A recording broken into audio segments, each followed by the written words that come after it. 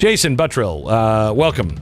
Chief researcher of the program, also watches foreign affairs for us and military stuff. What the hell is happening in Venezuela? I think a lot of gamesmanship's happening in Venezuela right now. Closing the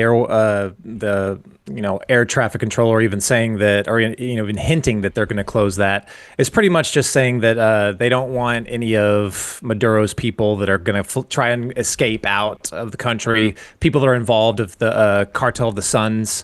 None of them are going to try and escape and then eventually come back so that they can start the regime back up again. I don't think there is any way possible that we're just about to start any kind of land operations inside Venezuela. I could be wrong, but I don't think it would be very unpopular. And I think constitutionally they could pull it off. I think there's ways that they could do that, but I don't think he doesn't like to do that kind of thing. I don't think he's about to start now. But I think these negotiations are getting a lot more heated. I think they're actually starting to bear fruit, which is why some of the threats are getting a lot more vocal. And I'm telling you, Glenn, we actually could see Maduro step down, be out of the country in a new regime there without us having to do much at all, except for striking some of these narco boats coming out of the country. It could happen, and it would be amazing. Okay, so let's start with the narco boats, because I think that's what the Democrats are now trying to allude to, that, these narco boats, they're not narcos. They're not running, those are just average fishing people. They have nothing to do with it. And this is unconstitutional. And we're shooting them even when they try to surrender. Do we know if any of those allegations are true? Well, I think that they are pretty dang sure on the intelligence on what, who some of these people are on some of these vessels. If you can remember back, I think it was on day one. Why won't they tell us?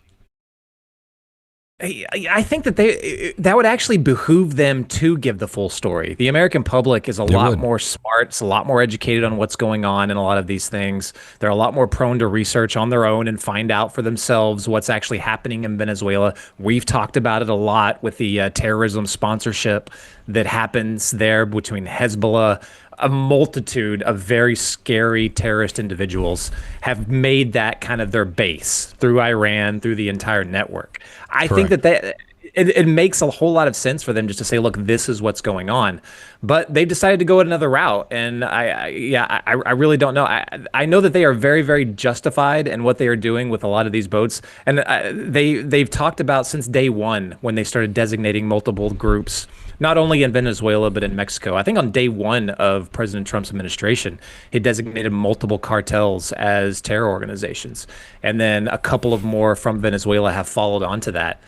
So what he's basically done there is he's declared them enemy combatants. Okay, I want to get to the terror organizations here in a second. But first, let's stick with the drug cartels. Because that's what he's hanging his hat on. And I don't think this is about the drug cartels. I really don't. I think that might have been the entry point. But explain who the what is it? The League of the Suns or the Cartel of the Suns? Explain that, because when you think Cartel of the Suns, you think S-U-N, Sun. It's not. It's S-O-N-S. Correct? Sons of whom?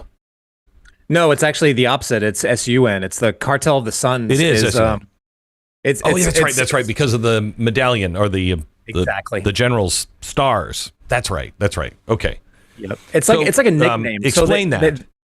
They never actually declared themselves, we are the Cartel of the Suns. They never really said that. That was a nickname because so many people high level within the military inside Venezuela were part of this narco terror group, and they were getting kickbacks, and it was alleged that some of them were actually giving orders specifically all the way down the food chain. But their generals, I think it's maybe colonel and up, or maybe general and up. I think it's general and up. Instead of stars, they have a little sun insignia. So like 3 suns, like a 3-star general, or on and so forth. That's why they were given that nickname, because they are part of this group and they are part of the military. Now, the head of that snake is Maduro. So he gives the orders down to the generals give the orders down. So that's how they were able to classify the entire government, in a sense, as part of this cartel, part of this entire terror group. And that is where, Glenn, it gets kind of interesting when it looks like constitutionally, what can they pull off? What can they do as far as military action when the head of the snake, who is the head of this cartel, allegedly, is the one giving these orders? Then that really kind of frees them up to do whatever they want when it comes to right, because this cartel is a terror cartel. Explain the island and everything else. Yeah, so the cartel is more involved with, well, it's more involved with drugs, but I say that, but they're, these groups are absolutely, in the true sense of the definition, terror organizations, the way they operate. Right. But the terror, that's just their money. That's just where they make their money.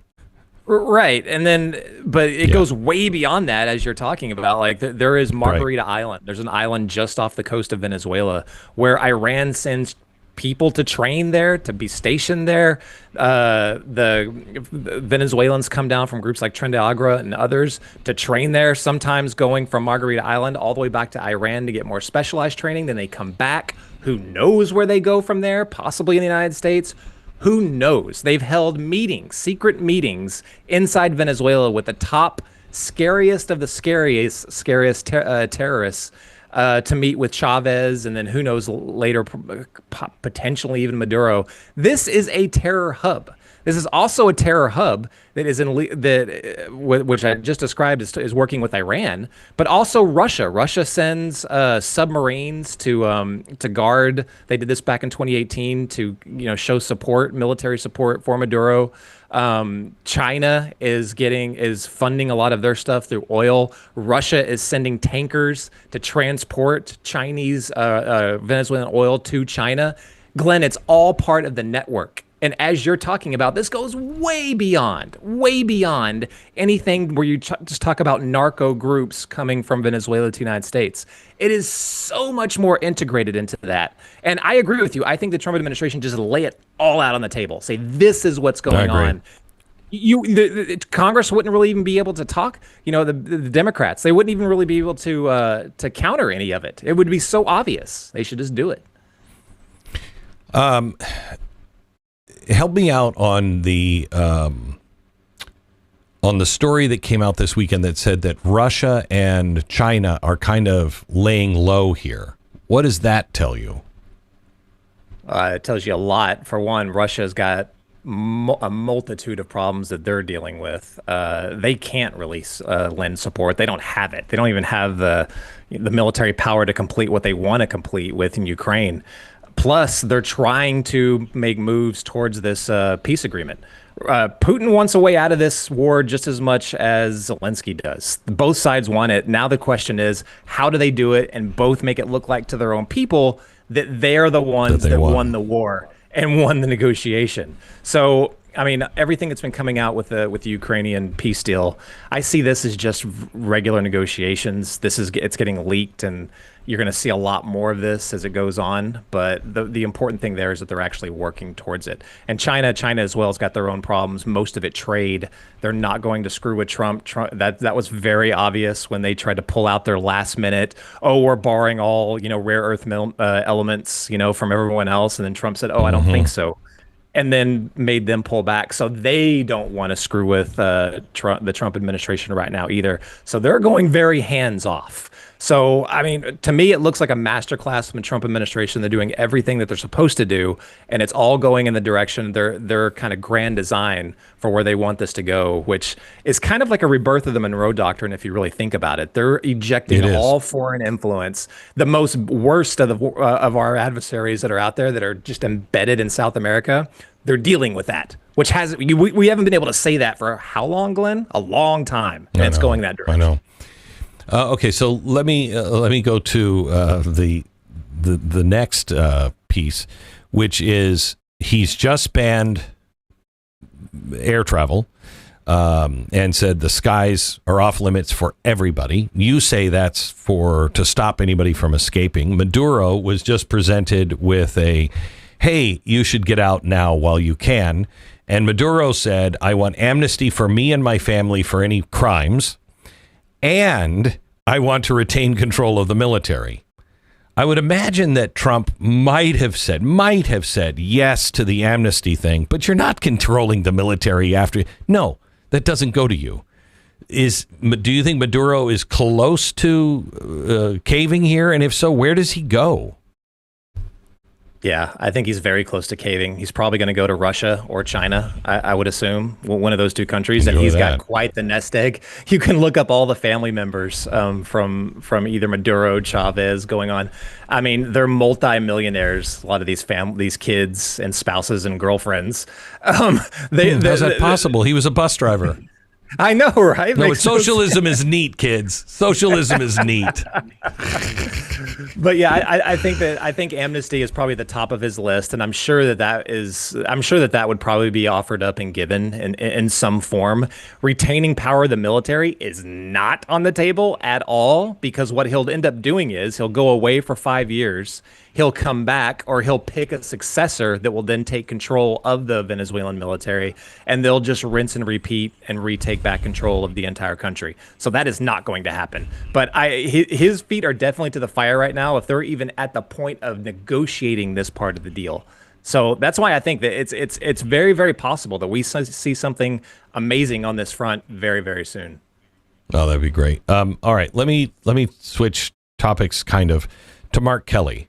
I want to play something, then I want to take a 1-minute break and come back and get, as a military guy, what your thoughts are. This is what Mark Kelly, he again this weekend, encouraging military to defy the orders of the president. Listen to this. Cut one. People can tell the difference, should be able to tell the difference between something that is unlawful and something that is lawful. And if I was ever given an unlawful order, I would refuse. If you have time, you can certainly go to the judge, advocate generals, the lawyers, and have a discussion about it. If you don't have time, you just say simply, I'm not going to do that. That's against the law. It puts a lot of burden on the troops to make a decision in real time. It puts a tremendous amount of burden on officers in the military, but that is their responsibility. And they can figure out, a reasonable person can tell something that is legal and something that is illegal.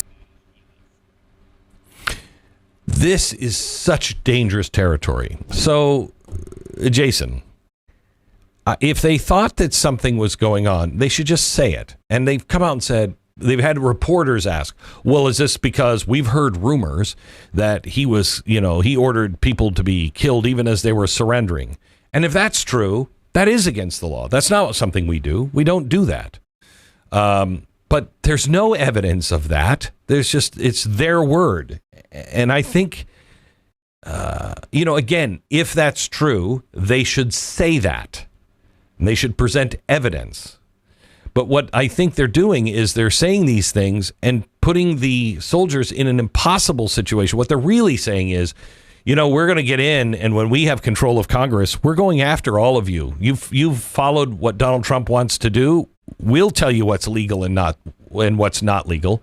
You should define it now, but this way they don't have to. They can just use scare tactics. Is that too cynical? No, the United States soldier does not need your opinion on this, Mr. Kelly. They do not need your opinion on this. They know exactly what a lawful order is, and there are procedures that they are trained on how to go through. To go through the proper channels to address something like that. What I see this as being is a political party in whole that are experiencing something they're not used to. They're not used to having extreme partisans and political yes men at the top of the military food chain. People like Lloyd Austin. They want someone like him back. They want someone like Mark Milley back, which it's great that you're suddenly worried about. Some of these guys are suddenly worried about the military. Where were you when Mark Milley was calling his counterpart in China without orders from the president behind his back? Where were you on that? So what that says to me here is that you are more concerned about orders not lawful, but which you can claim that are going to be lawful, and that you can have a yes man there that will say that they are lawful, but you don't have that anymore, and it terrifies you. That's what they are concerned about right here. But the soldier doesn't need your soldier, Marine, airman. They don't need your counsel here on what is lawful or not. They're smart enough. So to how is this being interpreted by the military, do you suppose? What's happening? If you were part of this task force, on Venezuela or anywhere in the world, and you heard this, what would you think? Probably a lot of eye rolls. That's how I would interpret this if I was still in the military. I don't think that this is really, bothering too many of them at all. I think that the fact that some of these rumors, as the senator said, if this were true, they don't even know. They're talking about a hypothetical. They're throwing out something that possibly they can fish around for another impeachment. It's ridiculous. It's embarrassing that it's come to this point. If and as you lay out, if we had footage, because we would have footage. If a plane was, they dropped a bomb and then you had survivors and they were, going, hey, we're alive, and somebody shot them or killed them, we'd have footage of that. That footage comes out. What would you say? Well, if that's what the footage showed, then it would definitely look for a lot more investigation. But I've been in multiple different military operations where it's never as it was appeared or it looked like on a report higher up in the food, up the chain of command. I'd want to know all the details. This would be a huge investigation. But it should be, because if it was somebody saying shoot him anyway, that's wrong, and that person should go to jail. Yeah. Right. But we've seen no evidence to that at all. None. That's the problem. We'd be with you if you would show us the evidence and we could do an investigation and show that did happen or didn't happen. We'd be with you. But, you're being so irresponsible by saying this. This isn't just to the military and to the American people. Those statements are going to our enemies in China and Russia and Ukraine and Iran. In Venezuela, they're hearing this too and using it and also viewing us as very weak. Beck. Not good, because the only time that ever happens is right before a revolution, quite honestly.